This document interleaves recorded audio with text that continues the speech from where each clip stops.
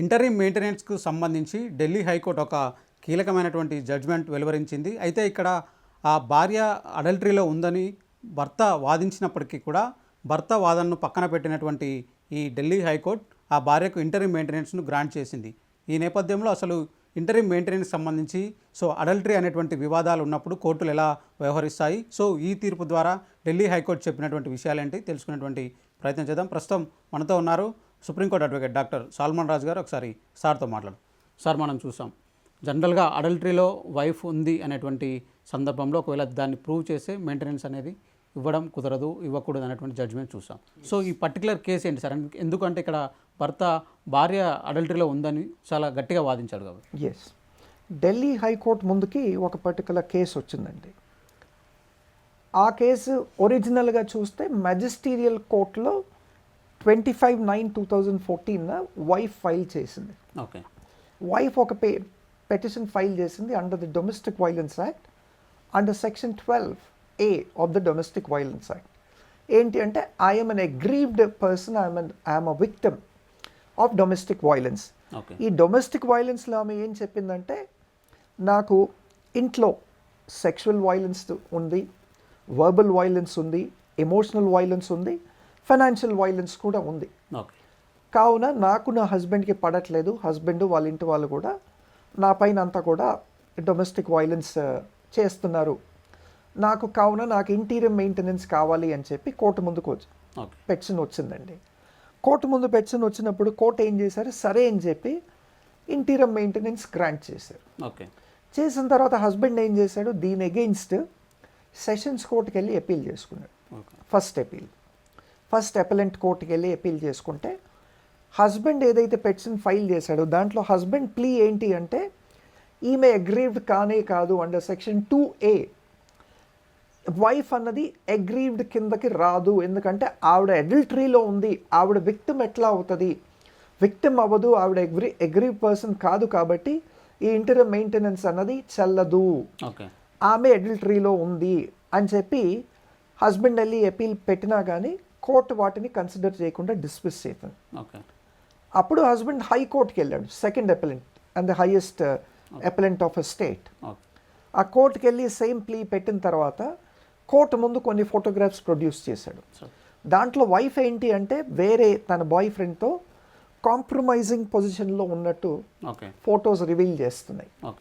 Photos compromising పొజిషన్లో ఉండి reveal చేస్తున్నాయి కాబట్టి హైకోర్టు వారు దీన్ని కన్సిడర్ చేస్తూ హైకోర్టు ఏం చెప్పిందంటే, ఇంటరిమ్ మెయింటెనెన్స్ నీకు at the rate of 26,000 per month ఇది గ్రాంట్ చేయటం అయితే జరిగింది. కాకపోతే వైఫ్ రెస్పాండెంట్ ఎవరైతే ఉన్నారో ఆవిడ అడల్టరీలో ఉందో లేదో అన్నది it is a subject matter of trial, subject matter to be proved. కాబట్టి కోర్టు వాళ్ళు ఆర్డర్ పాస్ చేస్తూ హైకోర్టు ఏం చెప్పింది అంటే, ఢిల్లీ హైకోర్టు ఒకవేళ ట్రయల్లో నువ్వు వైఫ్ ఎవరైతే రెస్పాండెంటో ఒకవేళ నువ్వు అడల్టరీలో ఉన్నట్టు ప్రూవ్ అవుతే గనుక ఈ 26,000 per month at the rate of rupees 26,000 per month with an interest of 6% అంతా కూడా రిటర్న్ చేయాలి అని చెప్పి కెవియట్ ఫైల్ చేయించుకొని హైకోర్టు వాళ్ళు మాత్రం ఈ ఇంటరిమ్ మెయింటెనెన్స్ అయితే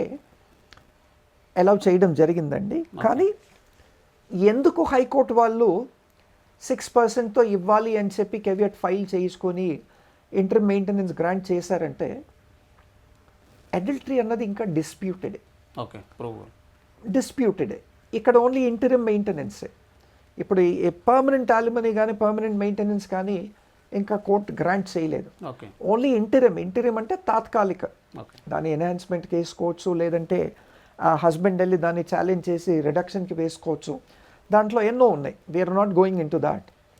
ఈ ఇంటరిమ్ స్టేజ్లో ఇంటరిమ్ మెయింటెనెన్స్ గ్రాంట్ చేసినప్పుడు సబ్జెక్ట్ మ్యాటర్ ఆఫ్ ట్రయల్ కాబట్టి దిస్ అడల్టరీ అన్నది డిస్ప్యూట్ అయ్యి ఉంది.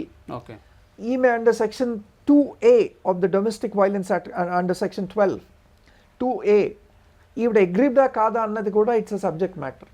ఒకవేళ husband is successful in proving her adultery, then the wife has to give back the entire maintenance with a nominal bank interest of 6% per annum.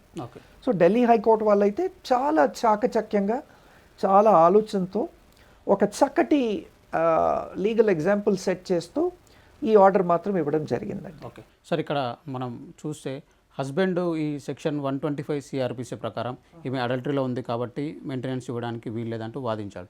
కానీ court మాత్రం ఆమె wife పెట్టినటువంటి DV case ఏదైతే ఉందో దాన్ని పరిగణలోకి తీసుకొని మెయింటెనెన్స్ జారీ చేసినట్టు నిజంగా అట్లా అనుకోవచ్చా సార్, లేదా ఎట్లా? ఇప్పుడు సెక్షన్ 125 సిఆర్పిసి అంబిట్ వేరు, డొమెస్టిక్ వైలెన్స్ అంబిట్ వేరు.